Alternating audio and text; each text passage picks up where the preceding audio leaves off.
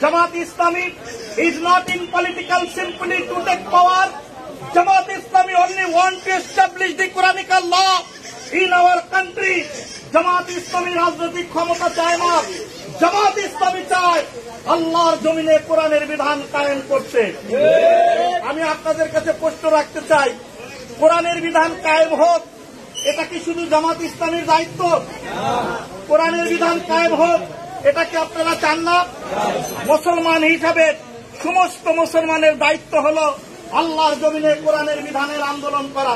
সেই আন্দোলনে সামিল হওয়ার জন্য জামাত ইসলামী বাংলাদেশের আনাচে কানাচে, শহরে নগরে বন্দরে হাটে বাজারে রাস্তাঘাটে দাঁড়িয়ে জামাতের নেতা কর্মীরা মানুষকে দাওয়াত দিচ্ছে, এই জীবন তোমার শেষ নয়, মৃত্যুর পরে তোমার আরেকটা জীবন আছে, ঠিক কিনা? সেই জীবনে আল্লাহ তোমাকে জিজ্ঞাসা করবে, তোমার উপরে 5 ওয়াক্ত নামাজ ফরজ ছিল, তুমি পড়েছ কিনা? তোমার উপরে রমজানের রোজা ফরজ ছিল, তুমি করেছ কিনা? তোমার উপরে দায়িত্ব ফরজ ছিল আল্লাহর এই জমিনে কোরআনের বিধান কায়েম করা, তুমি সেটা করেছ কিনা? যদি আমরা আমলে সালে করার মধ্যে দিয়ে আল্লাহর এই নির্দেশগুলো পালন করতে পারি, মৃত্যুর পরে আল্লাহর পক্ষ থেকে ঘোষণা হবে, ফাদখুলি ফি ইবাদি আদখুলি জান্নাতি। সুবহানাল্লাহ। সম্মানিত ভাইরা আমার, নামাজ রোজার পাশাপাশি যদি কোরআনের আন্দোলন না করি, কোরআন প্রতিষ্ঠার দীপ্ত শপথ নিয়ে দিন কায়েমের পথে যদি দৃঢ় ইস্তেকামাত না করি থাকি, ইসলামী আন্দোলনের সাথে যদি সম্পৃক্ত না হই, তাহলে আপনার নামাজ, আপনার রোজা কাল কিয়ামতের দিন আপনাকে জান্নাতে নিয়ে যেতে পারবে না। মৃত্যুর পরে আল্লাহ এবং আল্লাহ রাসূলের পক্ষ থেকে ঘোষণা করা হবে, সুহুকান সুহুকান, দূর হও দূর হও, লিমান গায়্যারা মিন বাদি, তুমি আমার উম্মত নয়, ফালাইসা মিন্নি, আমি তোমার কেউ না, ফাহুয়া মিন জুসা জাহান্নাম, তোমাদের স্থান হলো জাহান্নামে।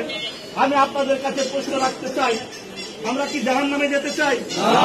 সবাইকে বলতে হবে, যুবক ভাইরা জাহান্নামে যেতে চাই? কোথায় যেতে চাই? কোথায়? সবাইকে বলতে হবে কোথায়? জান্নাতে। আর জান্নাতে যদি যেতে চাই, I can challenge that there is no diversion without Islamic movement.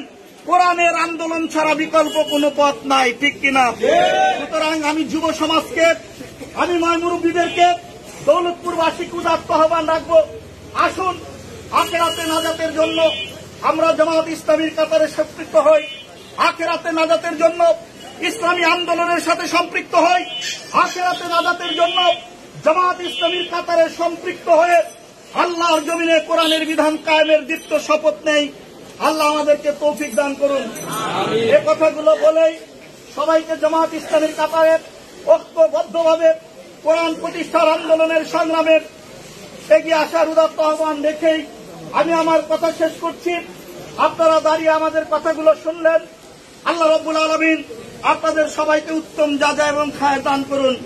কাল কিয়ামতের দিন এই দাঁড়িয়ে থেকে কোরআনের আলোকে, সুন্নাহর আলোকে আমাদের এই দাওয়াতি কথাগুলো শোনার জন্য আল্লাহ রাব্বুল আলামিন এই মজমাকে নাজাতের জরিয়া হিসেবে কবুল করুক। আমরা সবাই বলে আমিন।